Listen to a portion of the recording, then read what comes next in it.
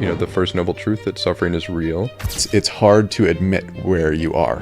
Depression is the pushing down of emotions. I'm being initiated back into the world of dating. I started watching pornography in 7th grade. The dating is almost just a side effect. Having these attachments to reality, what it means to be in a sexual relationship with somebody. Everything is one, but everything is nothing. Welcome to the Willpower Podcast.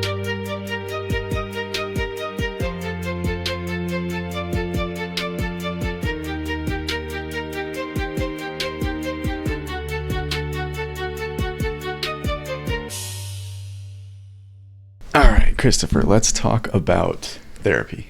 I had a therapist on, or a psychologist who does therapy a couple episodes ago.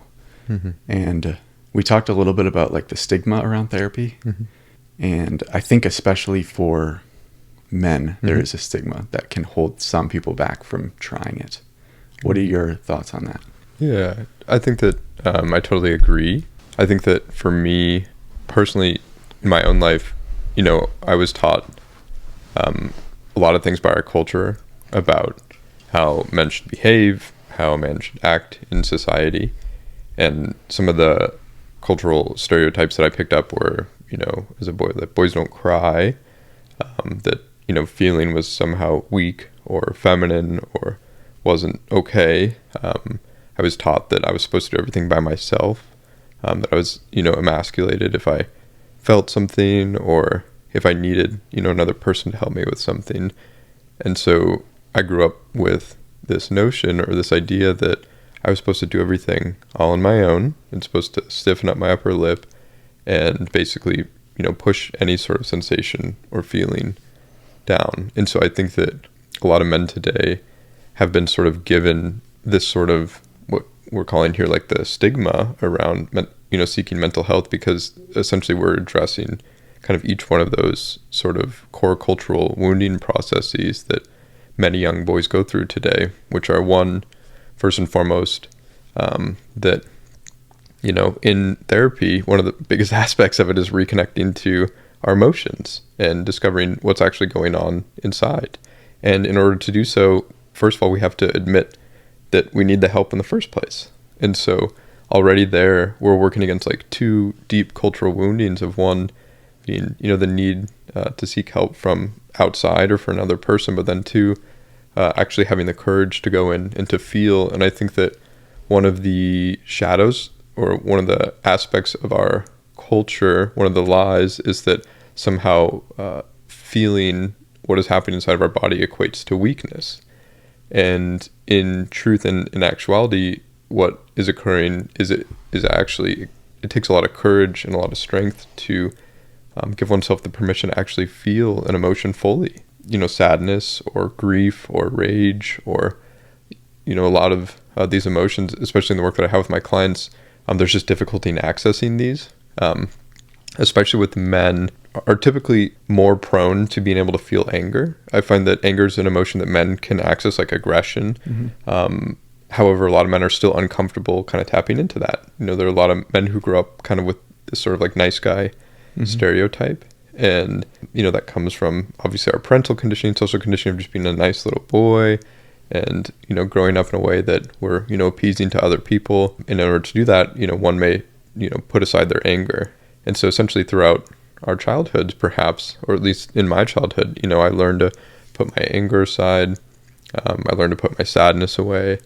And essentially what ended up happening is those emotions didn't go away. They just got lodged in my body as stuck energy. And so over time, those emotions didn't go away. They started affecting me and they started affecting my unconscious. And my attempts to try and resolve some of these emotions were, substance use, primarily alcohol and marijuana, pornography, validation seeking through sexual partners, video games. I've many different ways that I've attempted to cope with and what I would call addictions that have ultimately just been an attempt to ease my internal struggle, my pain of living and growing up as a human, which is all a very natural process. So I think that to kind of touch on your question as well as this stigma of mental health. Well, one, there is a stigma around mental health that I do think is becoming a little bit more normalized. But also I think that there's just fear around like one's own internal journey of like starting to face and like peel back denial and starting to actually look inward towards what's actually going on inside of oneself. And I understand it, and once again, just how courageous it is for somebody to turn inward and to start looking at what's going on inside. And so that's sort of how I feel about that. I'm curious if you have any thoughts on that, or sort of where that brings you. I still feel I've done therapy. I did therapy or counseling, whatever you want to call it, with a friend who was starting up his own practice and was looking for clients, and I was like, dude, count me in. Then I've also done just like kind of coaching, but with some like kind of therapeutic-esque techniques, I think. But I definitely still feel like a little bit of discomfort, like if I imagine telling certain people I know, like, oh yeah, I'm doing therapy or was doing therapy, there's still a part of me that like is holding that back or doesn't want to share that. And I think it's because it feels to me like if I say that I'm in therapy, that means I'm like helpless and like I needed this help. And there is a big part of it that we're like admitting that help was beneficial is powerful. But yeah, I think it's the admitting that I need help is very difficult for me. And what would that mean for you, I guess? Like if you were to admit help, what is the resistance towards, having that as an identity, or having people perceive you as someone who needs help? Yeah, can you repeat the question? Yeah, so essentially what you're saying is that in your belief system somewhere that you're worried about, maybe relaying to other people that you work with, mental health professional, or, need to seek help. And I'm curious what, for you, like, that blockage is that, if you were to be perceived by somebody as someone who needs help, what would that mean about you? Right. Yeah. I think it's I could see where this all stems back into, like, I'm not enough if I'm not perceived as something that I imagine myself as. Yeah.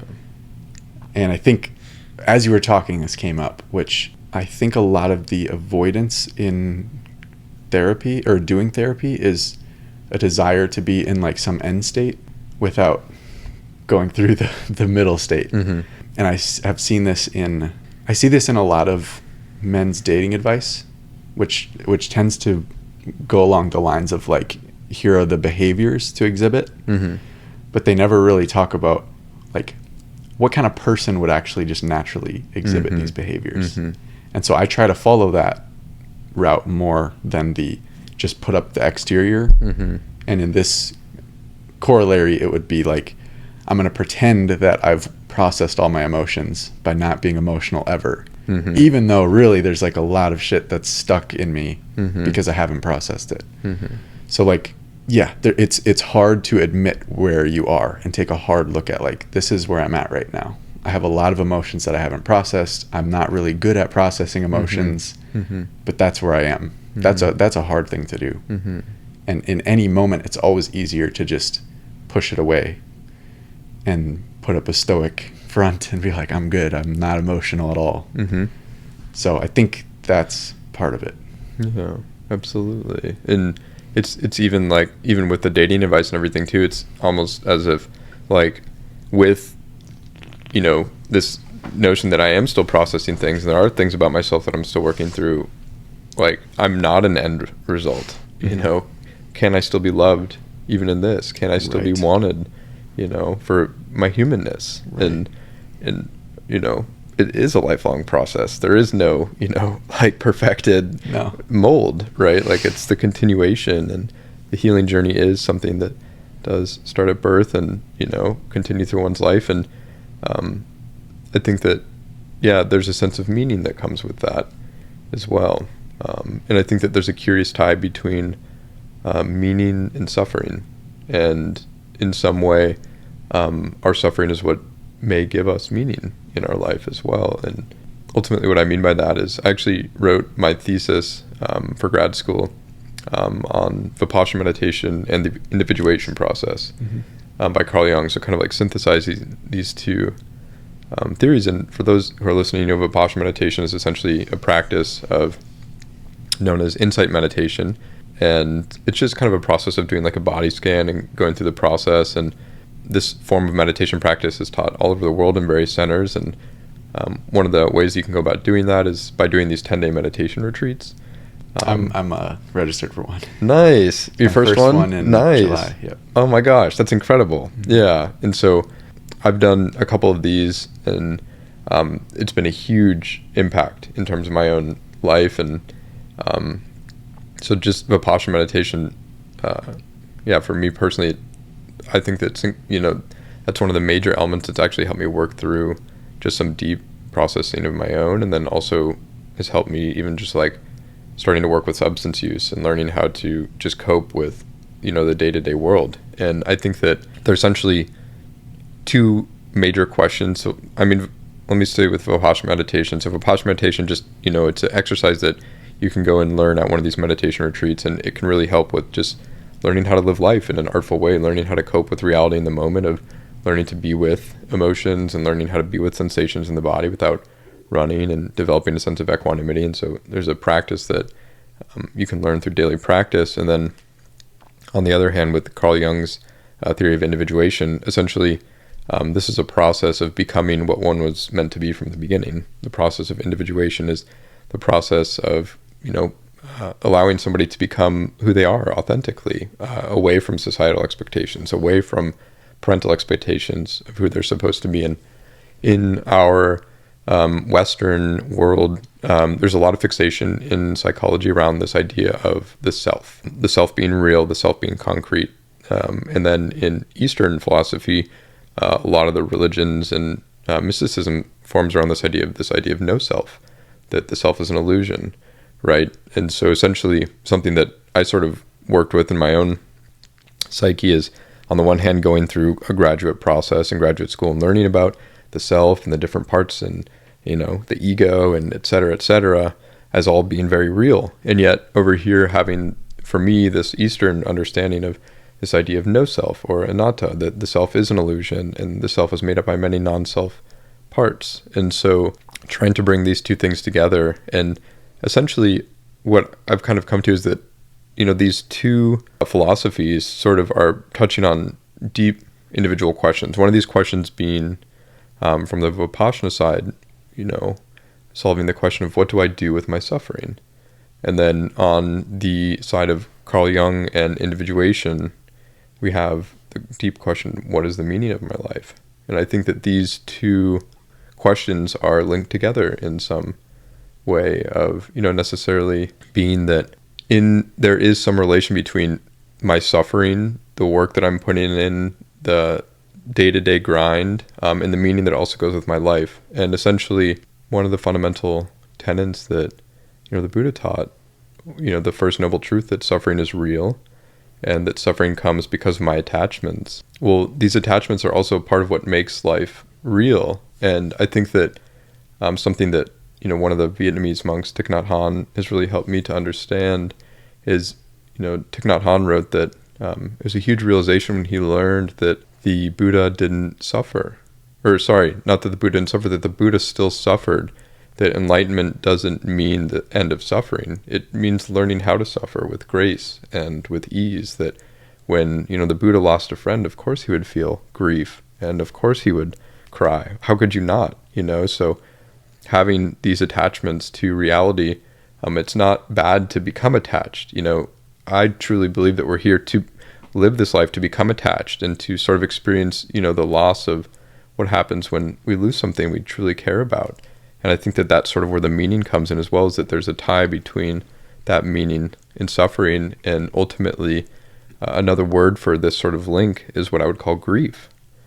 And so the ability to grieve, I think, is also the ability to stay really close to one's heart and the ability to sort of connect with one's true essence. And, Dr. Robert Baer, somebody who you and I both know, he has a quote that, hits me every time, which is essentially, the river of grief and the river of joy flow in the same river. And I truly believe that. And so even on the topic of, our emotional processing as well, that when I've cut myself off from grief, I also cut myself off from joy, right? And so being able to touch into these emotions of sadness and hurt and rage and anger, I can also get down into some of my joy as well. And so, yeah, I'm curious if that sort of brings anything up for you, if you have any thoughts kind of on sort of, where this is going. Yeah, so this is funny. I just finished this book, Emptiness Dancing. It's Adyashanti. I don't know if you've heard of him. I'm familiar. A big concept in the book is about the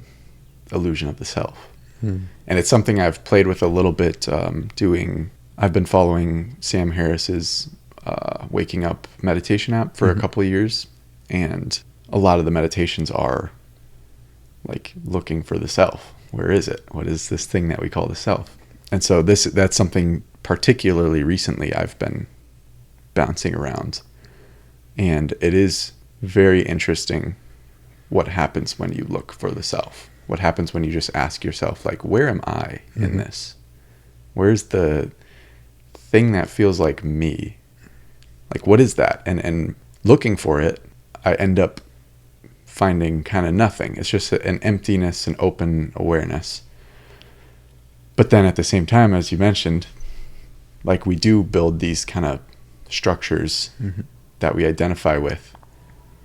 And in some ways that is me, though I don't think it's the me that I think it is. It's more of like a pattern of thought that has just been repeated and learned. And so, that is an interesting way of thinking of like, maybe it isn't just attachment equals bad, because there are a lot of things in life that we get attached to. And that was one thing I was thinking about. So my dog got hurt, as we talked about. She got hurt last week. I was out on a camping trip, and it was pretty scary for me because I was out in Lost Maples State Natural Area, like 2 hours away from here.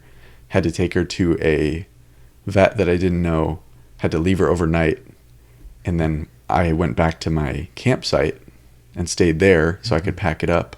Didn't have cell service, had no idea what was happening with her. And in this book, he kind of makes this, puts this emphasis on, like, when you really realize that you are this emptiness. So he kind of, it's very cryptic, as I'm sure a lot of Eastern philosophy is very cryptic. He's like, you are nothing and you are everything, and everything is one, but everything is nothing. And what he was saying is, like, when you really realize this, everything falls apart. Like, everything, you just let go of everything, and that's necessary. And I could not imagine letting go of my attachment to Reba. Like, that was the one thing I was like, I don't think I could. I could imagine letting go of almost any other part of my identity, but that one is just like, so that's a really deep one.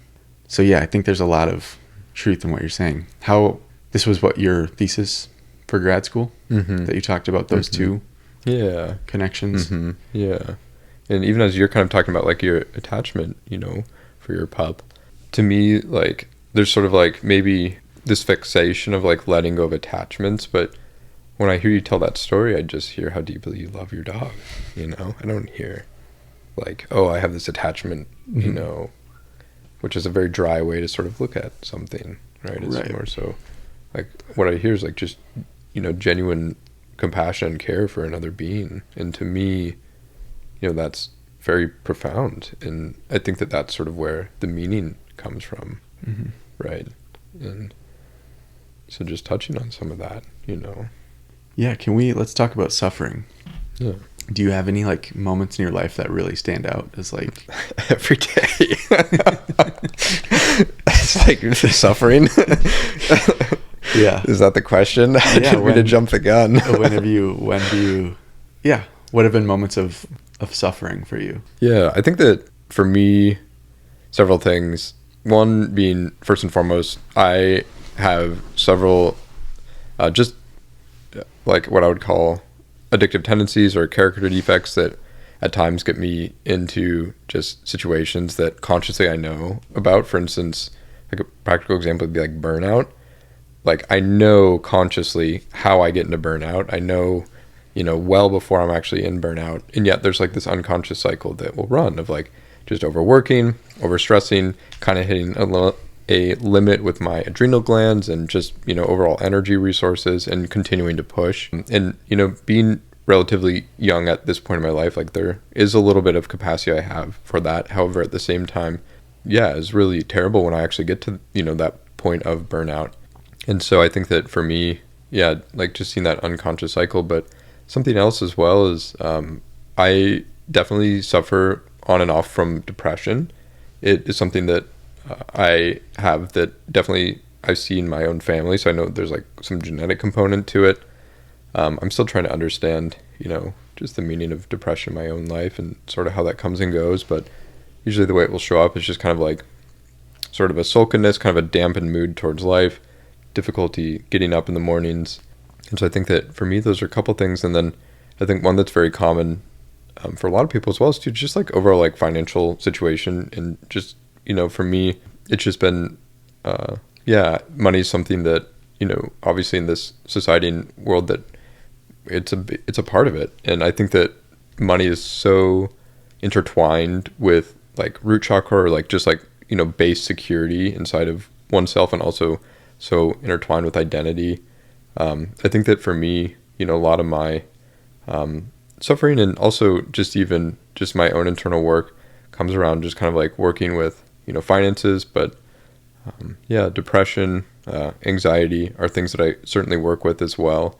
And then, I think that a lot of it has to stem from just burnout and how I treat myself. So those are some of the things I think for me currently that, I work with.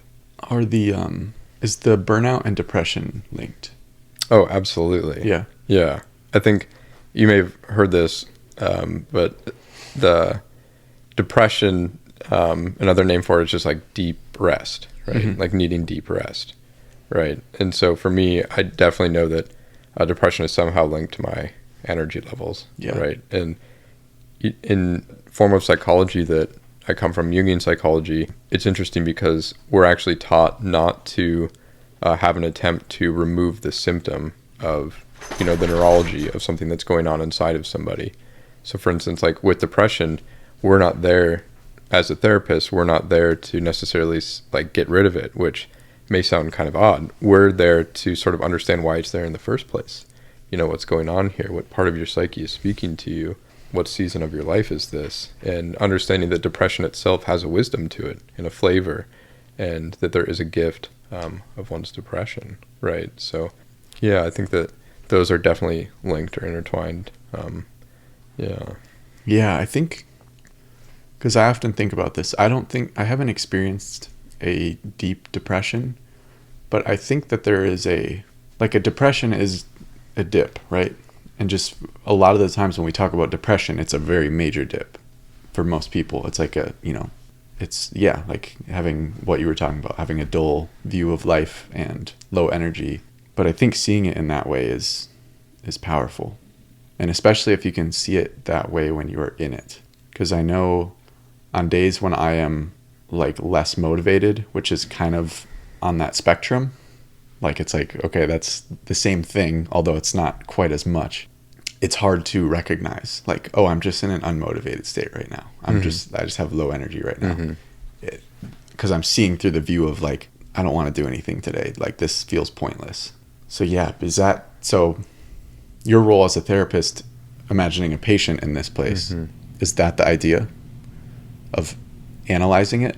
I would say that it's not to analyze. And what I mean by that is I view like analyzing as like an intellectual sort of process. And with depression, like intellectualizing I view as kind of like a left brain sort of activity. And one of my objectives a lot is to try and get clients into their right brain.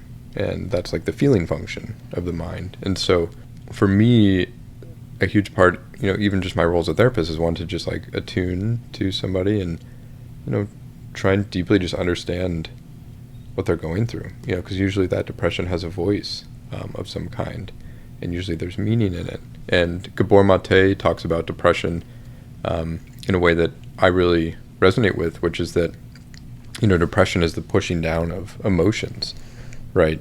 And when we talk about depression itself is not an emotion. Depression could be a state, but essentially when one feels depressed, or they say they feel depressed, underneath that typically is emotions. And if we, as a therapist, will kind of pick at that a little bit. What's actually going on in there? Is it sadness? Is it anger? where are these emotions inside of your body, and can we tap into and tune into the somatics of the depression, right? And so it's interesting because originally I thought that in therapy, once we understood kind of why somebody's going through something, that it would kind of clear up. And I think that is not the case. Like, we can go back through and like understand, like, okay, you're feeling depressed because, in your childhood, you weren't able to express anger, and, you've pushed that down and now it's stuck inside of your body. And today you're feeling depressed because of that. And they're like, exactly. But like, I'm still depressed, So like, cool, we figured that out, but like, I'm still suffering. Yeah. Right. And so ultimately, I think that really the process is like not attempting to remove that depression, but like, let's cope with the fact that you're suffering right now and just surrender to it. And let's just accept it. Like, let's just be depressed and be in this moment. And what is it like to be depressed and to go through this? And in an odd way, usually that's more so kind of what moves the energy, inside of somebody, as opposed to just the intellectual understanding of why somebody has it. But just allowing one to feel into one's depression. And I think depression and anxiety are words that sort of have come from a clinical realm. We've got the DSM, which diagnoses people as depressed or anxious, but I don't know if that's actually accurate to what's happening, right? Because when I can take a client and slow them down and we actually go into depression, I mean, usually there's an emotion there, like I'm fucking angry or whatever, or I'm actually really sad, and I didn't realize that I was sad because my grandpa's passing away, or like there's usually something kind of there that once we kind of get past some of the natural defenses of someone's psyche, that we can kind of tap into a little bit. So does that make sense? Mm-hmm. Yeah. There's often something behind it, and that makes sense for sure. Yeah. So one emotion that I've been thinking about lately is jealousy, and this feels like one, like even more so than anger, it doesn't feel like it's okay to be jealous. Mm-hmm. Like for me in the past, anytime I've been jealous, it's like, yeah, that's the feeling. It is not okay to be jealous. And I think the times when jealousy comes out sideways is when you try to suppress it. And then it comes out in these weird ways where, you make a weird comment, or you're not, like it's just indirect. And so I'm curious what your experiences have been with jealousy, and how do you work with that one? Yeah. And I also feel like there's not a lot of like sympathy for jealous people or empathy for that feeling, because it's a challenging emotion to deal with, especially in the context of like a romantic relationship. Like it's a really hard thing to work with. But it's like, oh, he's just jealous. It's like a negative. Yeah. Do you have like an example that you feel comfortable?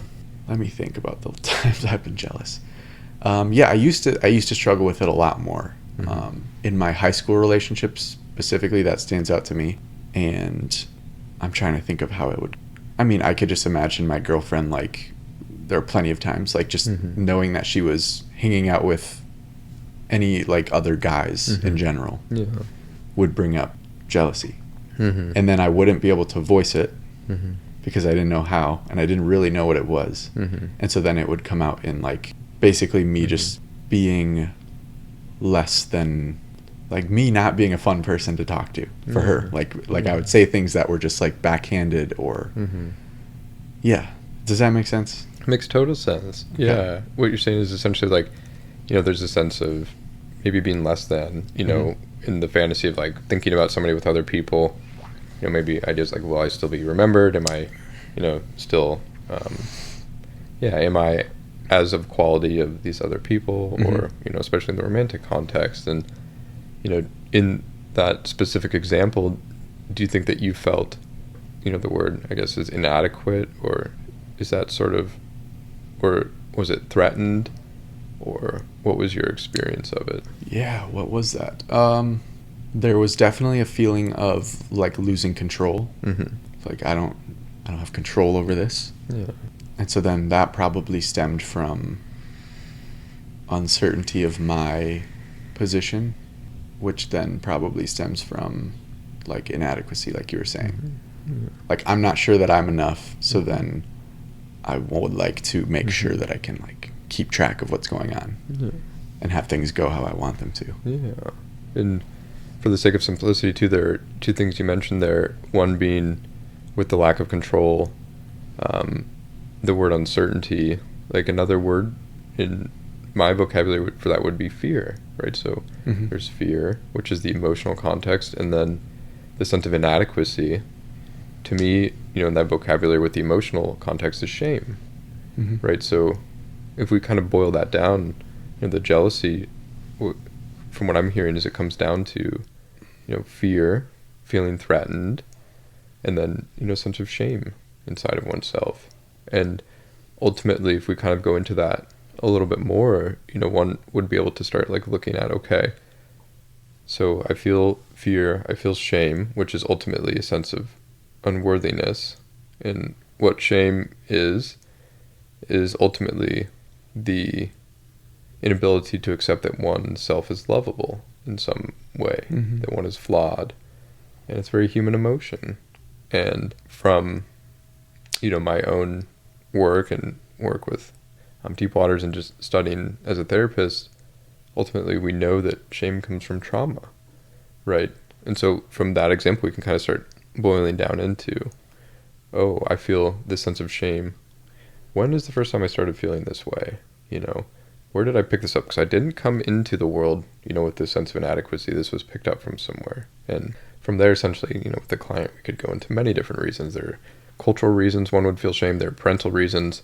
There are big T traumas, meaning like these big life events that can happen, like huge, sexual abuse or physical abuse or, car accidents. And then we also have like these little T traumas of like this constant nagging from a parent over time, or an enmeshed relationship, which is where the child is forced to grow up too early. There are many different causes for shame, but ultimately, from what I'm gathering from you, is like that sense of jealousy then is just a sense of, maybe not feeling comfortable in one's skin, right? And being okay with oneself. And to me, that's actually more understandable than to say like, oh, that person's jealous, because from a surface level, we could say, okay, jealousy is bad, but if we kind of break down what's actually going on there, we can develop a little compassion and empathy for that person that, it's like, oh, there's something going on here, right? It's a little bit less surface level.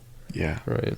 Yeah. And I think that's really hard to do, but the more that we can have compassion for people that are showing, like, expressing emotions that on a societal level are not as accepted. Yeah. And that's similar with like anger and rage. It's like this, there's a little boy inside of that who is just trying to express himself. Yeah. Do you feel like you've gotten better at noticing emotions like those as they come up? So like you talked about like the nice guy, kind of like nice guy syndrome. Have you been able to recognize when you have anger come up or jealousy or whatever that is and not push it away? It's a really great question. And essentially, I kind of look at that in a couple different ways. But first and foremost, I think, Vipassana meditation is a huge sort of element of that, because essentially what Vipassana meditation teaches is to just become conscious and aware of what's happening inside of one's body at any moment and to accept it. Whether you're feeling a pleasure sensation, to accept it and to, not react to it, or whether you're feeling a, sensation that you don't like, to accept it and not react to it. Ultimately, it's all just energy, right? And so with a daily practice of meditation and Vipassana meditation, one can begin to cultivate just an awareness of just one's present reality. So it doesn't just happen during meditation, but then one can bring it to just their day-to-day experience as well. And so, I get unconscious, I get caught in things every single day. Like, I get wrapped up in things all the time. And yet every once in a while, with the consistent practice, I can catch that. It's like, okay, come back to the present, what's going on inside of my body. And so I definitely get wrapped up and I get jealous or angry, or I'll have these emotions. And I think ultimately there are like two ways that I look at this. Obviously, my old behavior patterns are to like suppress it or repress it, and suppressing being an active pushing away, whereas repressing is an unconscious pushing away. And so sometimes that repression happens before my conscious mind is even aware, and sometimes it happens, I'll suppress it in the moment. But I think that there are sort of two ways that one can go about it. One, we could express the energy and like let something out, which can have, positive effects. But another way is also to just what I would call like eating the emotion, which means to acknowledge its presence here and to just like slow down my breathing and start relaxing my nervous system and my vagus nerve and, telling myself I'm okay. I even do like tapping, which is like, I'll tell myself in the moment I'm okay. And I do tapping, which is a way to just reset the nervous system in a very subtle way. It can disrupt kind of like any sort of patterning that's going on. And so sometimes I feel like when it does get to a point where I just need to express it, I might do something healthy, like, yelling into a pillow, or like I mentioned, I do practice jujitsu as well, which I think is an awesome sort of way to just kind of work through some aggression and kind of have that access on a day-to-day basis. But also, like, there's some moments when I just need to eat it and to just regulate. And essentially eating it to me is different than suppressing, because suppressing is like I'm actually doing something different. I'm going to go watch TV, or I'm going to go, watch Netflix or play a video game or whatever it is, which I still do. I'm human. I'm going to cope, and I play video games probably too much and watch Netflix, and, that's all part of things that I'm learning to do. But at the same time, there are moments too where I do notice that I'm going through something, and I can check in with myself and regulate and essentially just be with the emotion. And every single emotion has a sensation inside of one's body. And a lot of the work that I do with men is helping men to find out how to identify emotions inside of themselves, because it's very subtle. Working with myself, but also working with other men, I've noticed for myself that there's certain ways that I start noticing anger inside of my body, and it comes on as a sensation sometimes before it does as an emotion. Like, I'll notice kind of like a tightness in my, chest area, or like I'll notice my shoulders kind of start getting tight, and then I can start recognizing that there's a somatic response to the emotion that I'm going through. And so, yeah, just through that process of just being aware of what's going on inside of my body, I can get subtle with that. But I start noticing that, especially with the clients I work with, like each individual will have their ways of identifying, like, and for me, it's like that process of like slowing somebody down, like, how does that feel inside of your body to speak that? Where do you feel this emotion? And starting to help men become acclimated with, oh, I notice that, well, I'm feeling anger, but I notice that like kind of in my stomach here, there's like a knot, and starting to identify that there are different ways that inside of each person that these emotions start showing up. Mm-hmm. And so like helping men to identify emotions. And I'm really kind of a proponent of keeping things super simple, of just having the emotions of mad, glad, scared, or shame. Mad, glad, sad, scared. Mad, glad, sad, scared, and shamed. Like, those are the 5 emotions. And like everything else can kind of be boiled down. Like, disappointment can be boiled down, frustration can be boiled down. Like, let's just call it anger, let's just call it sadness, like, mm-hmm. just to keep it, somewhat simple. And that's something, I've learned from the Deep Waters community as well. But yeah, that's kind of my thought process of like just learning to tune into the subtleties of the emotions. But 1, learning to eat the emotion, or 2, when do I need to express this? There's this sort of phrase in one of my professors at school would say, which is that regulation breeds regulation, and dysregulation breeds dysregulation. So if I'm feeling dysregulated, sometimes I don't need to go and yell into something, because that might breed more dysregulation. I might be training myself to kind of get a little bit more, worked up over something, whereas with regulation, I can start just regulating my body, as opposed to just like allowing myself to express. And it's subtle, and it's, it's going to be different in different situations, right? And we obviously have repression and suppression. These aren't things to like be shamed about, or, like they're a part of the psyche, like they exist for a reason. We can't have access to all this information and sensation at any given moment. So there's a reason that we do have repression and suppression. So it's not bad to necessarily do those things, as long as we're conscious and still working with, tapping into some emotions as well. So that's at least some of my thoughts. I don't, take it with a grain of salt, what you will, but yeah.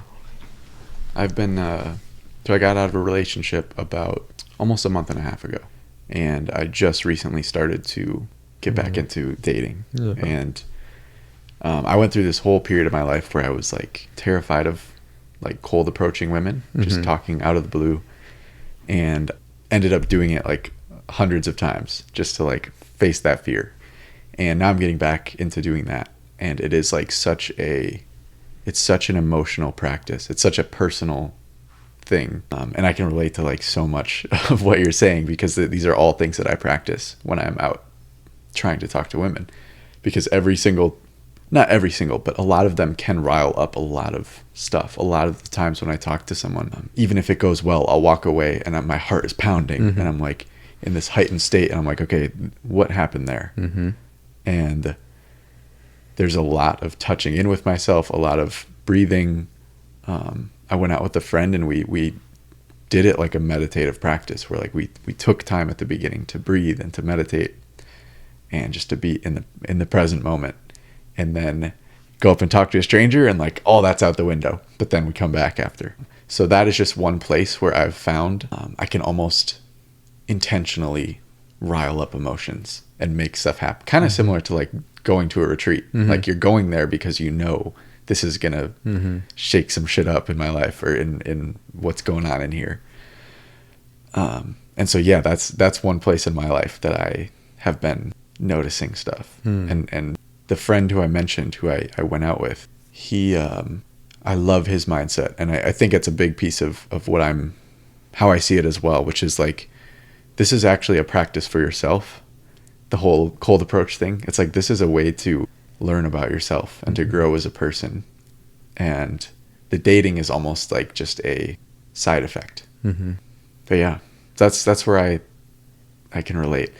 One other thing, there was this one girl I talked to, this beautiful girl, and I was like, went up to her. It was the first one of the day, and I wasn't super present or grounded, and it just didn't really go well. Like I didn't feel like she was hesitant about me talking to her and didn't really seem to like it. And so I walked away from it feeling like, oh, that felt bad. Like, I don't think she got a good impression of me. And I started talking with my friend about it, and I was just like, yeah, I just like was totally out of the moment and didn't even realize what I was doing. And this happened and this happened. And then he just kind of like stopped me and was like, you're noticing it now though. This is really cool that you're like so aware. So my point in that is that there are levels to how aware you can be, and it's good to recognize like, oh, I did notice that just to like a second after. And it just took me a moment, but I'm noticing it now. And for me, there's a desire for perfectionism, to be like perfect. Like anytime I have an emotion, I notice it right away. But that's not realistic. And there's also a lot of steps in between that are much better. Like I'm not living completely mindlessly. I'm actually still noticing emotions. I'm just noticing them a little bit after. It's like that first step, it's like, becoming aware or becoming conscious. It's like starting to notice what's happening in the moment, right? And I think it's important to give positive feedback to yourself in those moments. Like for me, to recognize it rather than just to be like, oh, I fucked up. Like I didn't notice it right when it happened. Instead to be like, wow, I noticed that a little bit after. That's really good. And that's a lot of progress. Because I think there's a lot, like our brains learn. They can learn through positive feedback. It doesn't have to be all stick. Like carrots work very well. And so the more that I can notice when I am doing things that I'm happy about, that feeds into the whole process. Just encouraging yourself, right? Like being your own cheerleader. Yeah. Yep. That's awesome. Exactly. Yeah, totally. Cool. Yeah, man. Well, what else is going on for you in terms of like that you're noticing in terms of just relationships and kind of this whole process around cold approach and dating and everything? Yeah. So the one of the biggest challenges of this week has been building up expectations, and it feels almost like I'm being like initiated back into the world of dating, because I've had a number of really good interactions, went really well, and then got their number, texted them the following day, and heard nothing. And that's happened like repeatedly. And so it's been like a really, like, looking back on it, those days when I didn't hear back sucked. And I was like hyper aware of like my phone each day of like, is she gonna text me? Let me go check again? But looking back, I'm like, that was really good that happened. Like I kind of needed that reminder of like, I'm doing the approaching for the growth aspect, and also to have a good interaction with someone. I'm not doing it for the outcome. and the outcomes will come with time, but the less I'm attached to them, the more positive that this experience is going to be for me. Mm-hmm.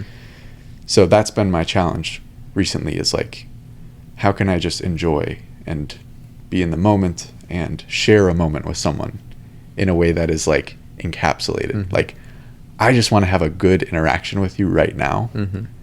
and I'm not thinking about what's going to come of it. Mm-hmm.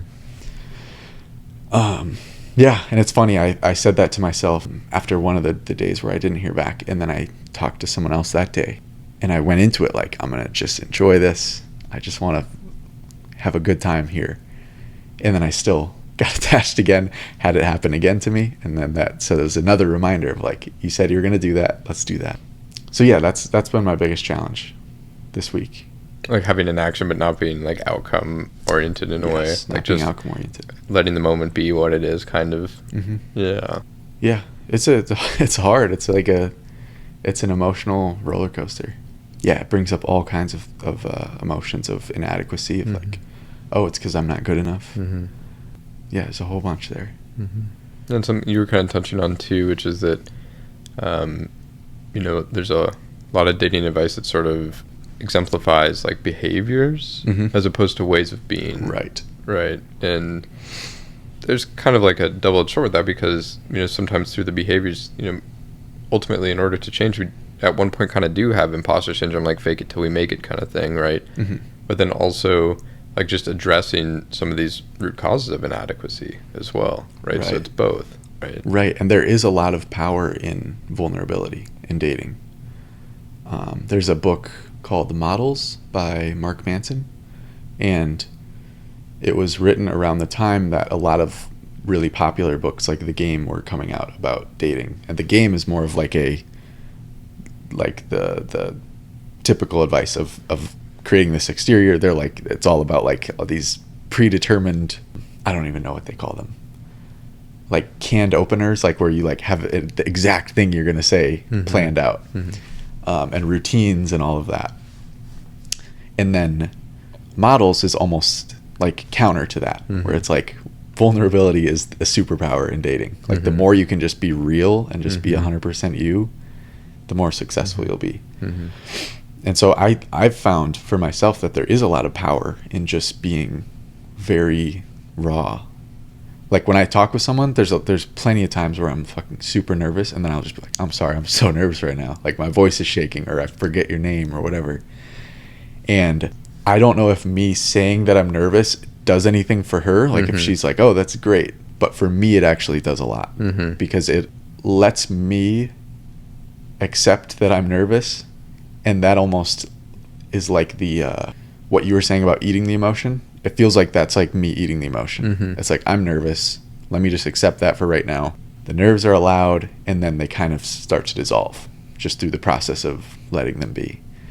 Versus if I am in an interaction and the entire time I'm thinking, how can I not show that I'm nervous right now? Because I want to put up the facade of someone who's confident and not nervous and like just does this naturally. Mm-hmm. Then the nerves don't go away. Mm-hmm. They just stay in the background. Mm-hmm. And I feel like they come out more like subconsciously mm-hmm. and sideways mm-hmm. in ways that she picks up on, but maybe I'm not aware of. Mm-hmm. So that's one way that I see, is just this like accepting where you're at. If I'm not super confident talking to a girl, then I'm just going to own that fact mm-hmm. that I'm not super confident.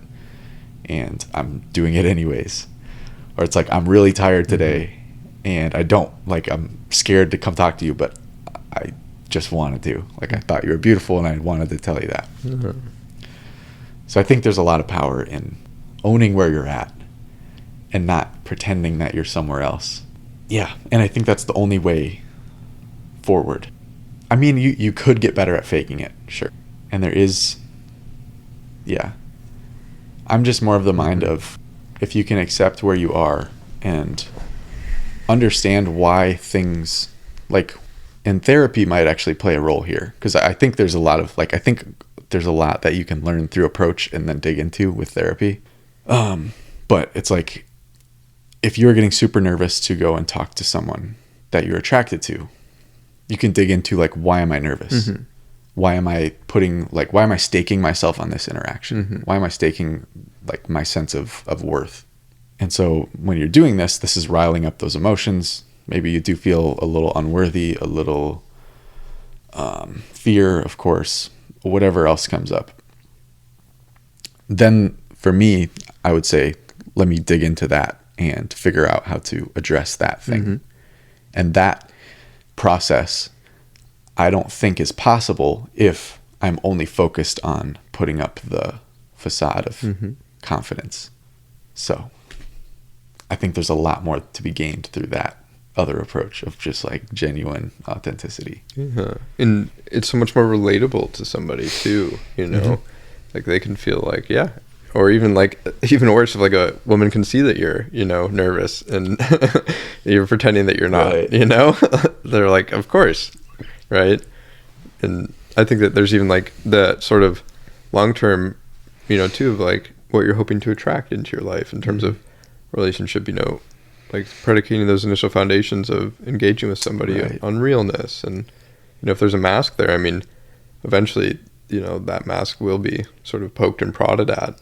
And I do think that sort of, you know, we'll put in what we put out in the world, we attract, right? So if we're putting our mask and persona out, which of course we all do to some capacity, but yeah, if you're not real with somebody, then you get in a relationship with them long term, like chances are that's not going to be, you know, the most ideal circumstances. Right. It's like the best case is you like do a really good job with the mask, but then you end up with someone who likes the mask. Who knows the mask. Yeah. Like, that's who they agreed to go on a date with. That's who they're in a relationship with now. And you're like, okay, but I'm behind the mask.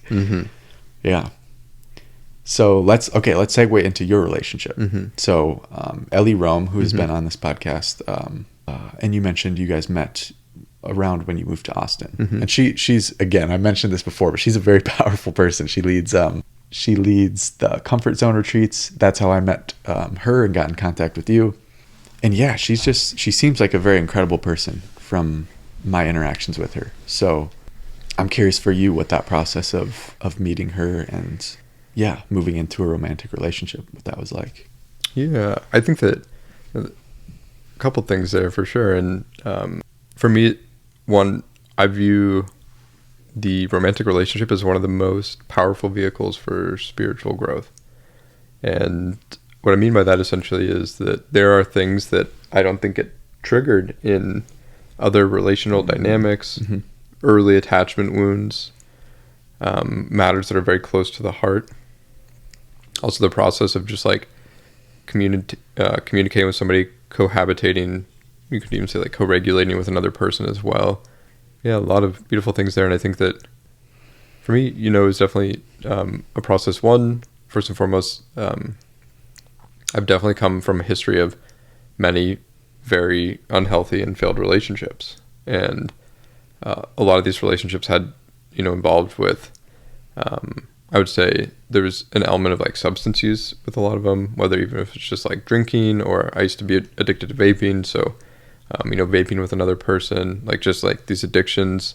Also, a lot of it was like very much a sexual component too, that I think was unhealthy, and just being with people who were just not good for me energetically, yet still feeling attached, having that sexual addiction. And so I think that, and also in previous relationships, I'd been watching pornography as well. And so I started watching pornography in 7th grade. And I just remember, you know, as soon as that happened, it was like a light switch. And the way that I sort of engaged with pornography after that was basically almost a daily sort of thing. And at the time I was using it to cope and sort of live through the dysfunction of my family. And also as a way to just like regulate and get excited and all sorts of different things for my body. But that really, I think, messed with my psyche around what sexuality is, what it means to be in a sexual relationship with somebody, who women are to me. I think that it sort of really conditioned, on top of already a predisposition for just like being a man in my genetics of just like objectifying other people. And so I think that for me personally, you know, my first experiences of sexuality weren't two people who, you know, were embraced in a loving union. It was like two people who probably just met on set, and who are probably high and drunk themselves in order to kind of go through what they're going through, or maybe even sexually trafficked, which is a huge part of the underbelly of the, pornography industry, faking orgasms and essentially going through this process. And so for me, and the thing, where sex is the only component of the interaction. Exactly. There's nothing else. Mm-hmm. Exactly. And so I would say that, basically from 7th grade until, my college years, it was almost a daily thing. And eventually I'd gotten involved with just like searching through Reddit and stuff, because I knew it wasn't healthy for me and I wanted to quit. I found like my way through like NoFap community and just kind of started reading through Reddit. And I wasn't like super into like the community itself, but like just the idea of like, okay, like just, seeing how long I can go without essentially watching pornography. And I remember the first time I tried, I was like, okay, I'm going to go a month. And it took me like after a week, I failed, just instantly. And that probably happened like 2 or 3 more times. And then NoFap November came up, which essentially, process of like just not ejaculating for an entire month. And so I went through that process for the first time, and I actually made it the entire month. But then shortly after that, I relapsed as well. And that kind of kept happening, month at a time, 2 months at a time, 3 months. I was able to make it without watching pornography. And eventually I just got to a point where there's a moment I had where I was just like kind of just really lonely. It was during COVID, and I just had a moment with myself. This was back in 2020. And, it was after I was done watching pornography one day, and like just like kind of hit me like what I was watching and sort of involved with. And like I don't know what it was inside of me, but there was just like a vow that was made that was like, I'm done. Like I just can't do this anymore, and I don't want to spend my time of my life involved with this. And so from that point moving forward, it's been about 5 years now, but I haven't it'll be 5 years actually, May 21st here in like 2 weeks. I haven't watched pornography, which has been really huge for me. And I bring this story up because I'll say that I don't think today I could be in a relationship with somebody while also engaging with this. One, just like the secrecy and the shame of, this process, a lot of shame, a lot of secrecy around sexuality. But 2, just like, for me personally, like, I don't know if I could be intimate and engage with somebody in an emotional way, knowing that there's like this secret sort of thing that I'm doing. But even if I was open about it with her, like, I don't think that she would appreciate me watching, other people. And so there was that component, but then even just like going and putting myself out there, stopping to watch pornography gave me the confidence to like start, approaching women and start going out and putting myself into the arena, so to speak. And so I think that for me, not watching pornography has been huge. And then something else that I cut out around this time as well is marijuana. I used to be, basically a pothead. I'd smoke pot pretty much every day. I got really into juuling as well as part of the whole vaping fad. So many addictions that, I picked up along the way that I stopped. And so this is the first relationship, I've been engaged in what I would consider like a conscious way, of somebody who I spent time, like journaling about what I wanted. And like I had an idea in mind of what I wanted this person to be like, kind of the qualities I wanted to have, who I wanted them to be. And so it's the first relationship that I've had that I've been sober as well and not watching pornography. And so I think a huge gift of this relationship for me is to be with somebody who also doesn't participate in drinking or using substances. And so I think that because of that, her and I don't have necessarily like these coping mechanisms or outlets to go to.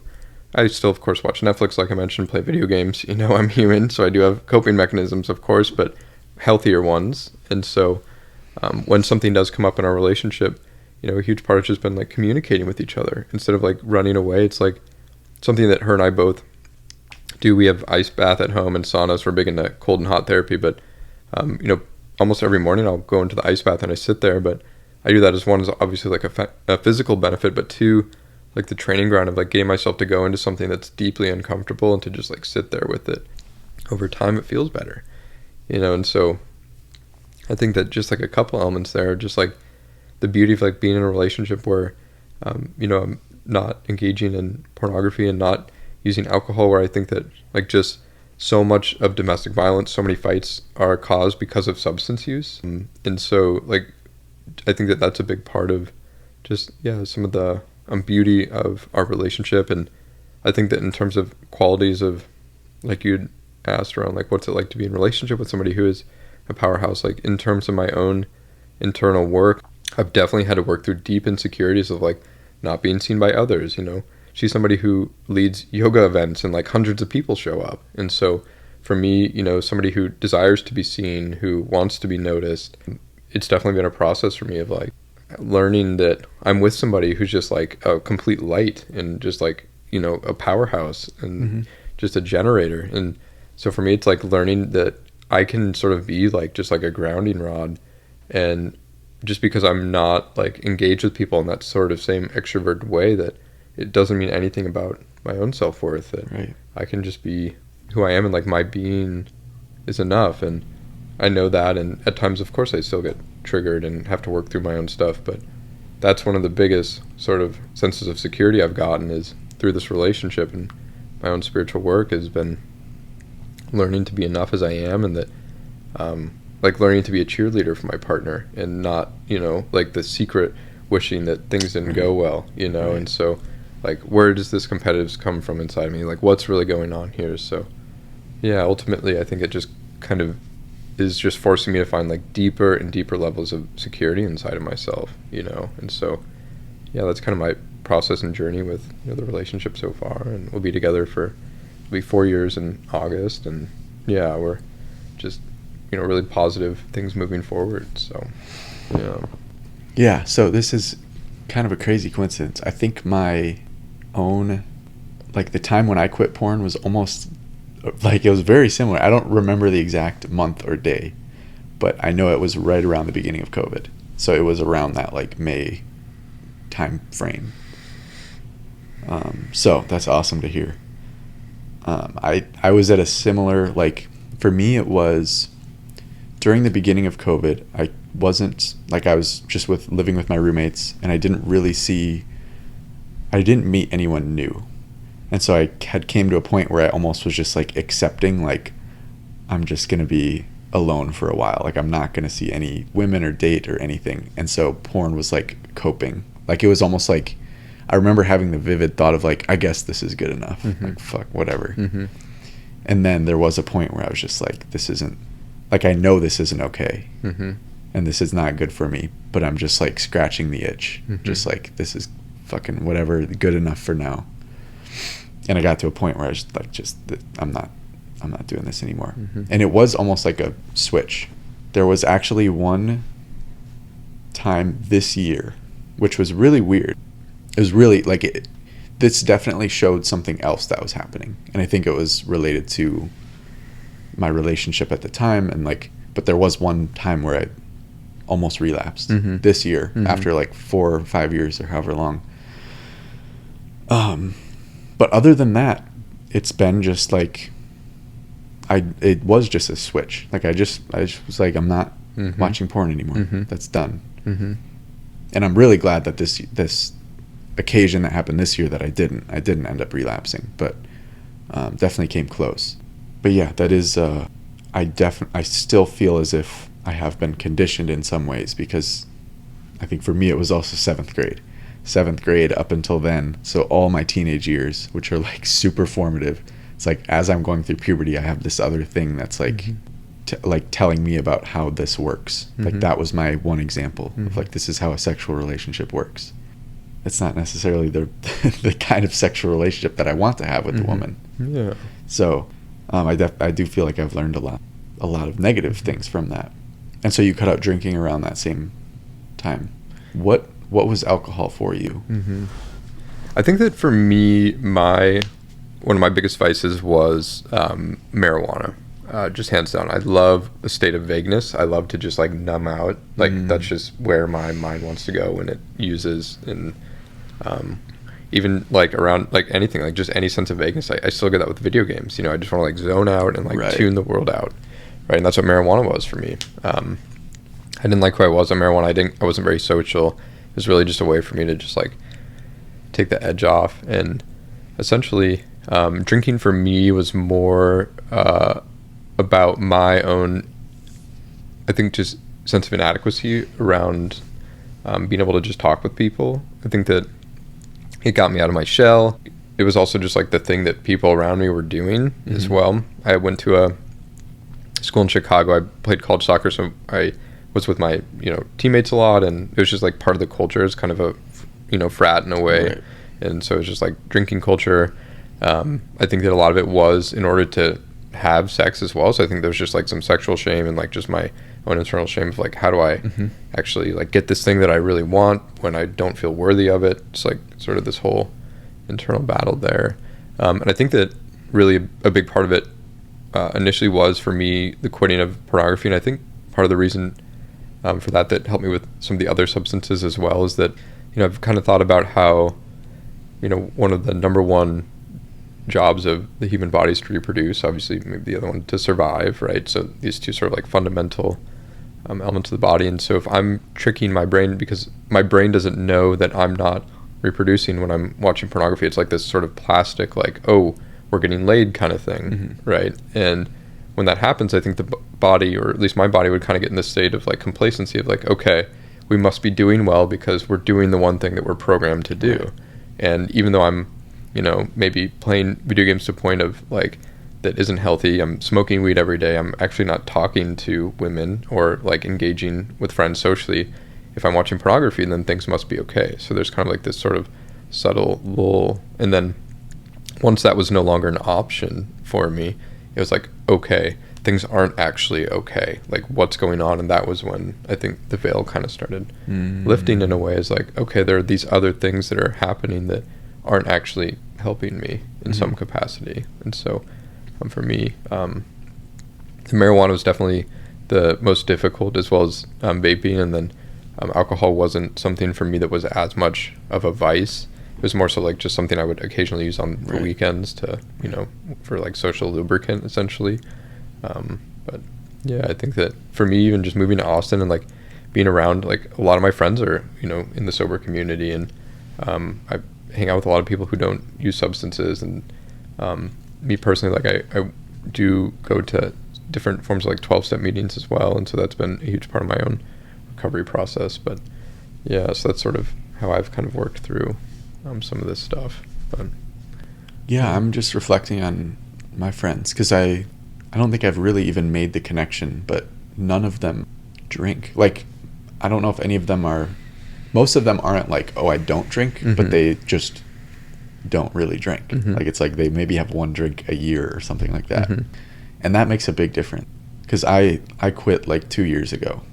I think alcohol for me, again, very similar to you. Our difference is weed. Weed like brings out my demons. And so it's like, I'll smoke weed sometimes, but it's like a challenge when I smoke. It's like I gotta fucking fight some demons.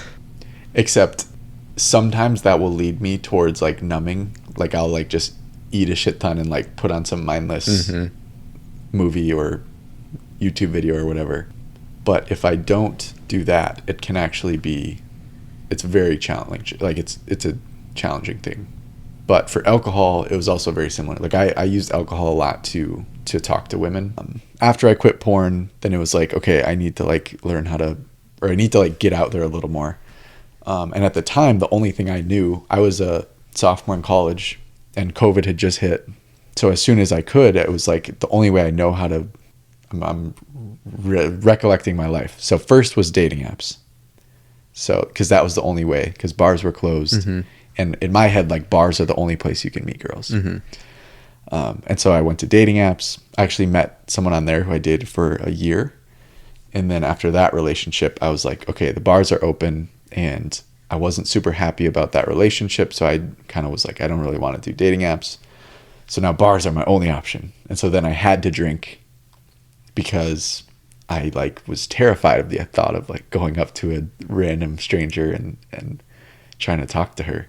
So then I would use alcohol for that.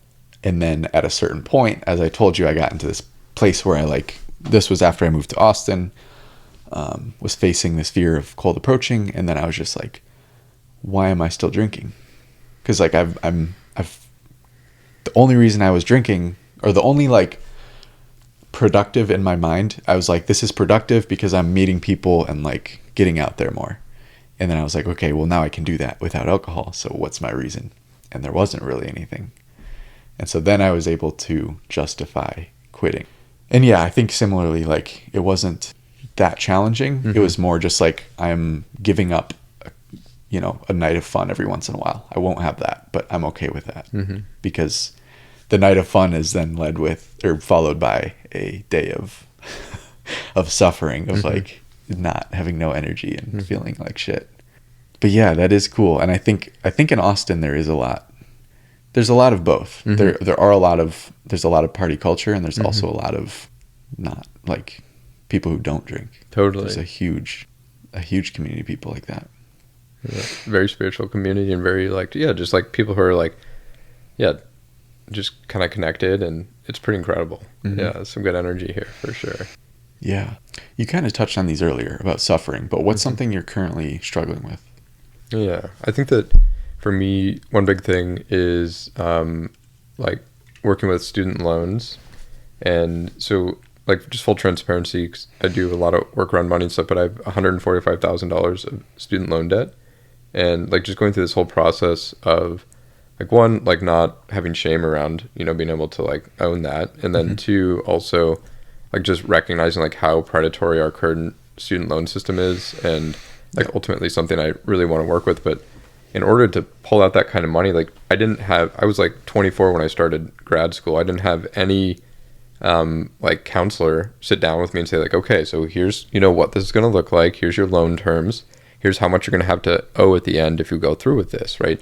There was no consultation process by anybody. It was like I applied for FAFSA, I clicked 3 buttons, and then that money sent to my graduate program, and I didn't see any of it. And then I kind of get through the program, and just obviously through my own state of vagueness, like didn't realize what was happening. And then, I get to the end of this, and all of a sudden that's there. But I think that for me, a huge thing, like switch lately, is it doesn't feel quite as like daunting anymore. It's more so just like, it's just something that I'm like committed to, like, okay, I'm just going to go through this. Like, I'm not, going to make this something that I'm paying off the rest of my life. Like, I'm going to eat it. I'm going to just like go through the process of like recognizing that I took time to invest in myself to build, a career for myself of something that I absolutely love doing.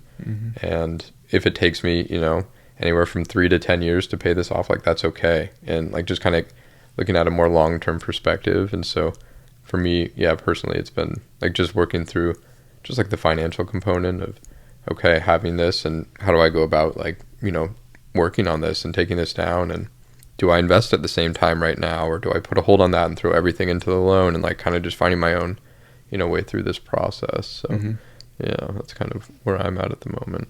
So, yeah, that's a hard one. That's like almost like a mortgage. It's a big one, but I think more so it's just like the emotional regulation around it, right? Like rather than the thing itself. Exactly. Yeah, like I'm just gonna go through it, and I'm gonna be okay, and it's not gonna kill me, and I'll be debt free in X amount of time, however long that takes. But not letting the like being in debt part, like affect me, and become a part of the identity of just like getting through it and just learning from mistakes. No one taught me this stuff. I'm learning it now, and hopefully I can help others maybe avoid similar decisions in the future. Right. Yeah, but like having debt doesn't actually change like you. It doesn't have to. It doesn't.